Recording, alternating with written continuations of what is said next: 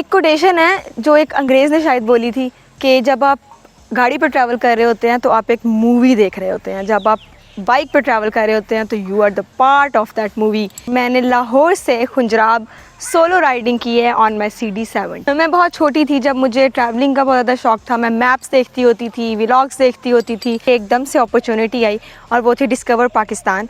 Discover Pakistan के साथ हम 12 से 15 बाइकर गर्ल्स गई थी। तो अल्हम्दुलिल्लाह एक बॉर्डर से दूसरे बॉर्डर तक मेरा सफ़र हुआ हुआ है। हर जगह जाने का एक कारपेट रोड्स बन चुकी हैं, तो जहाँ पर भी लैंड स्लाइडिंग है या फिर ऑफ रोड है वो मुश्किल होता है। पंजाब में अगर देखा जाए तो लोग बहुत ज़्यादा इस चीज़ को प्रमोट नहीं करते कि लड़कियां ज़्यादा ऐसा बाहर निकलें, सोलो निकलें। लेकिन जब हम चित्राल और फिर आगे गिलगित बल्तिस्तान की तरफ निकलते हैं, बहुत ओपन माइंड है वहाँ पर लोग। शायद टूरिज़्म की वजह से वहाँ पे बहुत ज़्यादा एक्सेप्टेंस है, एजुकेशन बहुत ज़्यादा है वहाँ पर। गिलगित बल्तिस्तान के लोग बहुत मेहमान नवाज हैं। ग्रुप में करती थी तो उसमें ओवर शेडो हो जाती हैं कुछ चीज़ें, और जब मैं अकेले करती थी तो एक चीज़ होती थी कि अच्छा इस बरीरा ने ये काम किया। कि जब आप इंडिविजुअल होते हैं तो फिर आप क्या कुछ नहीं कर सकते। You don't need to take someone's shoulder या फिर समवंस सपोर्ट। अस्सलाम वालेकुम, मैं हूँ बरीरा। मैं एक आर्टिस्ट हूँ, solo traveller on 2 wheels and I am a theatre performer. अभी अभी मैंने एक कारनामा सर अंजाम दिया है। मैं उसको इसलिए कारनामा कह रही हूँ क्योंकि ये मेरा बहुत बड़ा ख्वाब था जो मैंने पूरा किया है, और मैंने लाहौर से खुंजराब सोलो राइडिंग की है ऑन माई CD7। ये बताइएगा बरीरा कि आपने ये सिलसिला कैसे मतलब शुरू हुआ, मतलब बाइक कैसे लिया, फिर कैसे सोचा कि मुझे सोलो राइडर बनना है और उसके बाद इतना बड़ा टारगेट अचीव करना है। सबसे पहला टूर आपका कहाँ का था? हाँ मैं बहुत छोटी थी जब मुझे ट्रैवलिंग का बहुत ज़्यादा शौक था। मैं मैप्स देखती होती थी, व्लॉग्स देखती होती थी और बहुत सारे सफ़रनामे पढ़ा करती थी। मुझे फिर पता लगा कि मैं 4 व्हील्स पे ट्रैवल नहीं कर सकती क्योंकि मेरी तबीयत बहुत ख़राब होती है, मेरे स्टमक का कुछ इशू है, सर बहुत दुखता है। तो फिर मैंने सोचा क्यों ना ये सफ़र 2 व्हील्स पे किया जाए, मतलब या तो बाइसाइकिल या फिर बाइक। और मुझे बाइक चलाने का बहुत शौक था तो फिर मैंने बाइक पे ये सफ़र शुरू किया। कैसे शुरू किया, कैसे बाइक ढूंढा, कैसे सब कुछ हुआ, फिर उसके बाद ये सोचा कि अब मैंने निकलना है? मैंने काफ़ी देर से एक डायरी बना रही थी जिससे मैंने अपने ट्रैवल्स को लिखा हुआ था कि अच्छा ठीक है मैं इधर से इधर जाऊंगी, हर स्टेट की कैपिटल कौन सा है, ये सब मैंने चीज़ें लिखी हुई थी। और मुझे नहीं पता था कि मैं इस सफ़र के लिए तैयार हूँ कि एकदम से अपॉर्चुनिटी आई और वो थी डिस्कवर पाकिस्तान। डिस्कवर पाकिस्तान के साथ हम 12 से 15 बाइकर गर्ल्स गई थी और उसमें मैं CD70 पर थी, बाकी डिफरेंट बाइक्स पर थी। मुझे बहुत मुश्किल हुआ ये सफ़र करने में क्योंकि पहला टूर था और वो भी कश्मीर करना था, मगर ये मेरा फ़र्स्ट टूर था और 6 महीने बाद बाइक के सीखने के मैंने ये टूर किया था।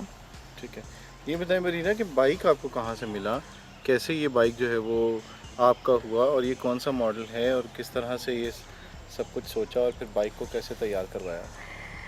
बाइक को मैंने शुरू में तो बिल्कुल नहीं तैयार करवाया था, ऐसे ही लेके गई थी क्योंकि 19 मॉडल है और 2021 में मैंने पहला सफ़र किया था।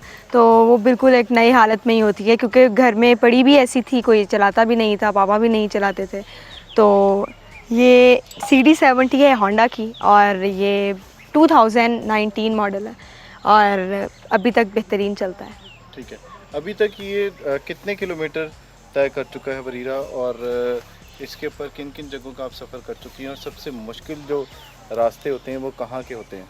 ये बाइक तकरीबन 1200 से 1500 किलोमीटर चल चुकी है और मैंने इस पर तकरीबन सारा नॉर्थ किया हुआ है, कश्मीर, कुमराट, सवात, कलाम और KPK पेशावर। और अभी मैं लाहौर से गिलगित बल्तिस्तान गई थी, उधर से खुंजराब गई थी। तो अल्हम्दुलिल्लाह एक बॉर्डर से दूसरे बॉर्डर तक मेरा सफ़र हुआ हुआ है।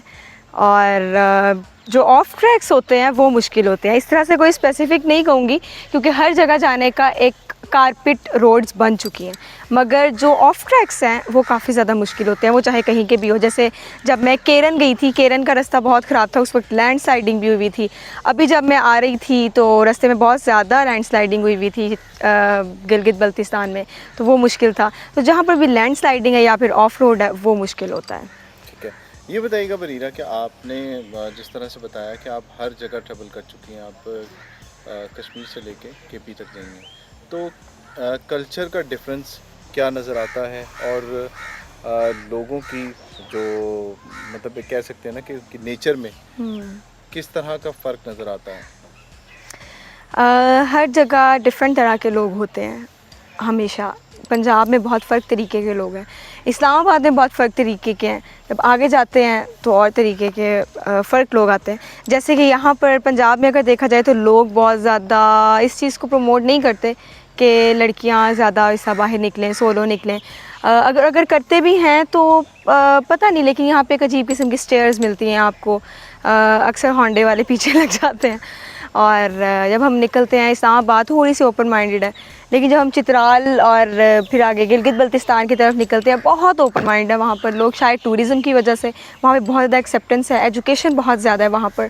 केपीके में जब जाते हैं थोड़ा सा कंजर्वेटिव एनवायरनमेंट है, तो हर जगह फ़र्क तरीके के लोग हैं। लेकिन जो सबसे खूबसूरत लोग मैंने पाए हैं वो मैंने पाकिस्तान में ही पाए हैं।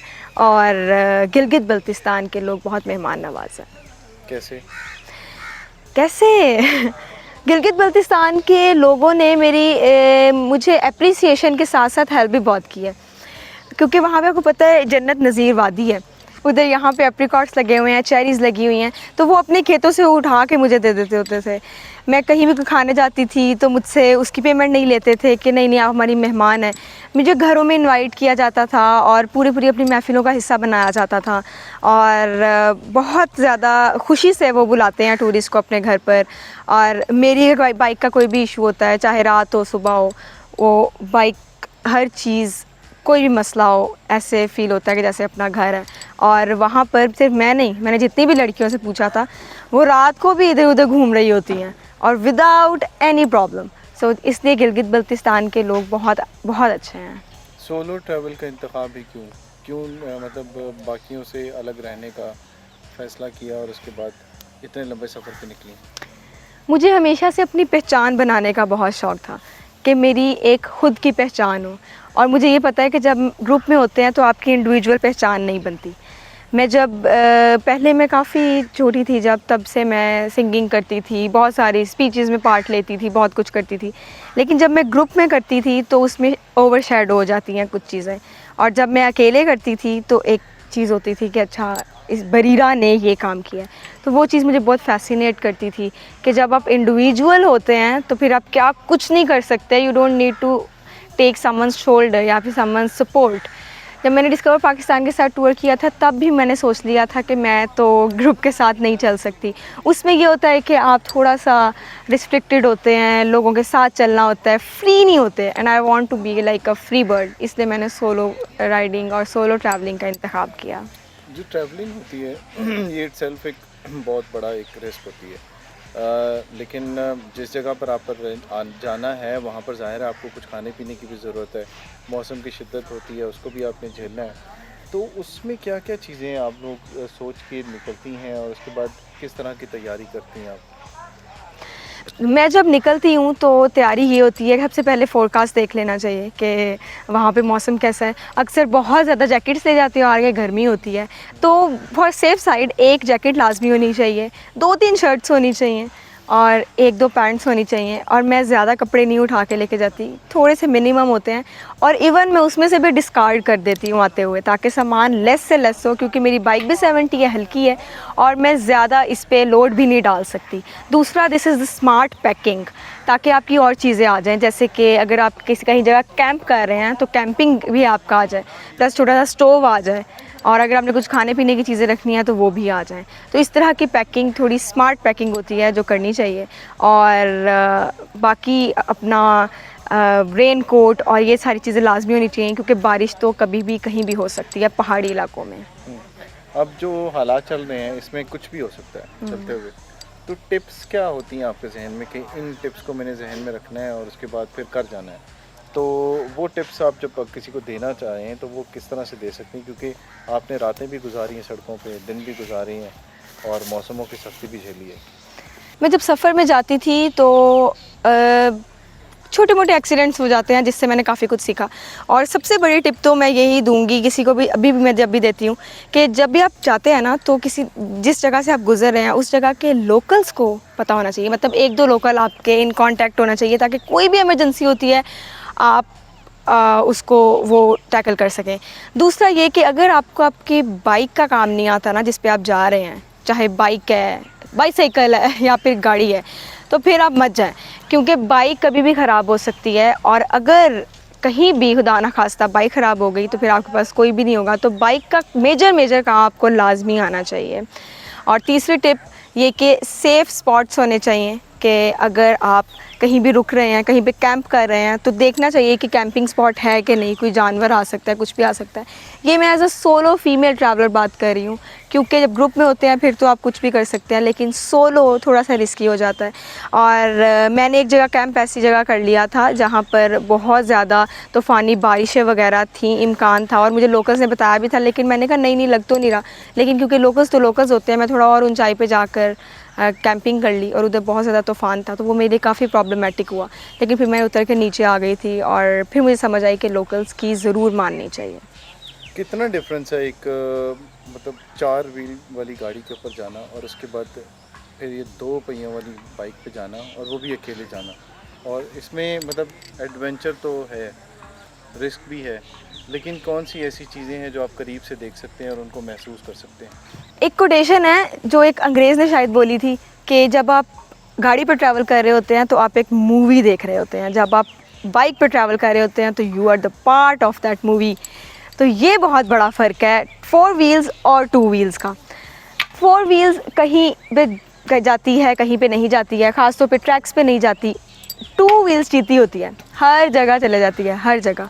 और अकेले ट्रैवल करना 2 व्हील्स पे इज़ अ थ्रिल। आप कहीं भी चले जाओ, किसी जगह भी कैंपिंग कर लो, किसी से भी मिल लो, आपको रिस्ट्रिक्शन नहीं है।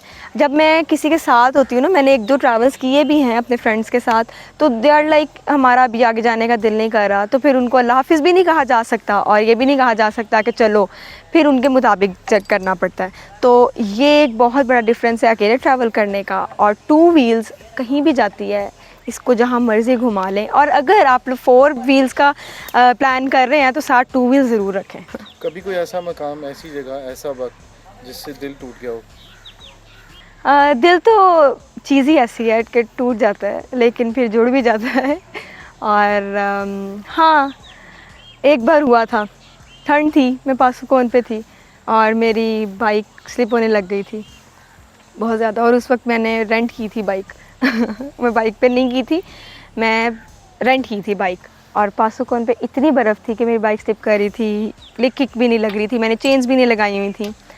और तब मैं कह रही थी कि काश मैं अपने अब्बा का कहना मान लेती और मैं ना आती।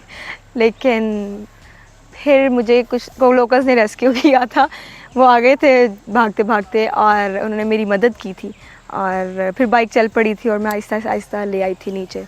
तो ये एक था मौका जब मैंने कहा था कि नहीं करना चाहिए ये। कोई ऐसा मौका जिसमें लगा हो कि यार मैं इसी की चीज़ के लिए बनी थी, आए और दिल से आवाज़ निकली हो, उफ ये मैंने क्या कर दिया? ये जो दिल से आवाज़ निकलती है ना, उफ ये मैंने क्या कर दिया, ये तो पता नहीं कितने मोमेंट्स हैं जब मैं कहती हूँ उफ ये था मेरा मुकाम। खुंजराब पास जब मैं खुंजराब पास गई थी ना, तो मेरे मामू अभी कह रहे थे काबा, ऐसे लग रहा है तुम काबा की अल्लाह माफ़ करे, लेकिन तुम काबा में जाके लोग ऐसे रोते हैं। मुझे ऐसे लगा था कि ये था जो मैंने करना था और मैंने कर लिया है। Khunjerab pass was that one of that. और जब मैं बाबू सर टॉप क्रॉस कर रही थी, मैंने जो चीखें मारी थी, यहाँ से भी आर्मी मैन, यहाँ से भी आर्मी मैन, सब मुझे देख रहे हैं कि कौन है, ये पागल तो नहीं हो गई। मुझे लोग कहते थे, सड़ के कहते थे 70 सीढ़ी 70 पे ट्रैवल नहीं हो सकता, तुम नहीं जा सकते, तुम्हारी हाइट भी कम है, तुम बच्ची लगती हो, तुम ये हो, तुम वो हो। लेकिन जब मैं बाबू सर पहुँची ना, मैंने कहा this is what I had to do and I have done it.